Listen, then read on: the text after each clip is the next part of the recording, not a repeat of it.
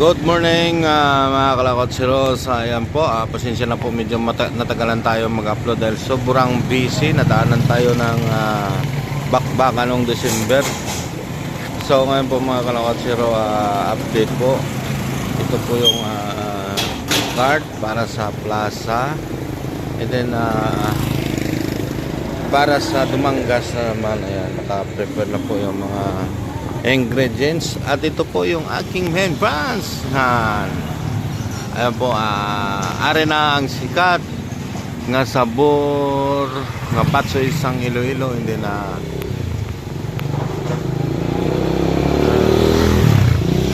so in-upgrade ko. Dati po ay tent lang dito, tent lang po. So ito na po ngayon.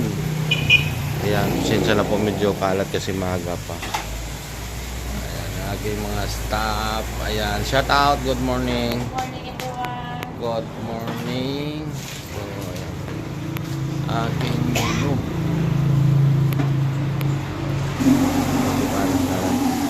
So, ayan po, naka-prepare na dito yung so, nandito po sa kabila yung batsoy. Ayan po yung kanin. Ang aking cook.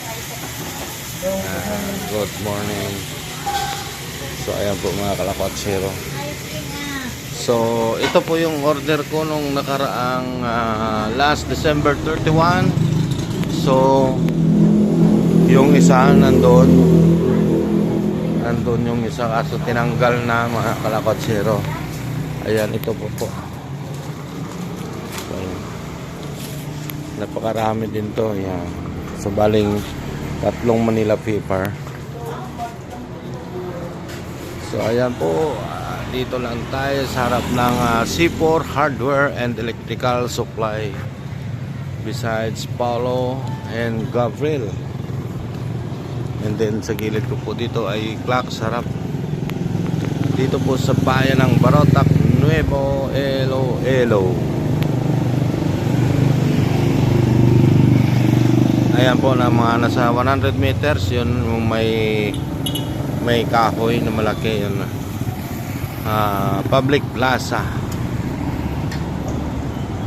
Ayan po si Berna Eiffel. Hello. Shout out. Anong masasabi mo sa batsoy mo at saka Paris? Masabi ko sa batchoy at saka baris nila Kwatserong Kusinero ay super sarap.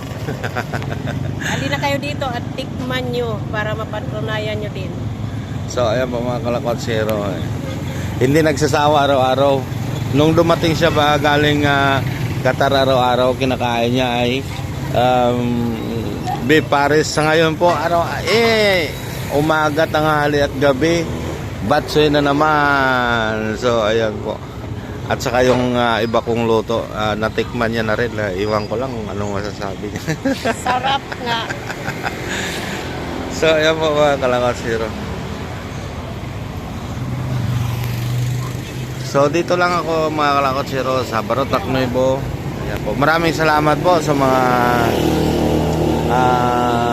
YT friends natin dyan. Ayan. Shout out sa inyong lahat and Happy New Year. Welcome 2024. So hanggang sa muli. See you in my next video.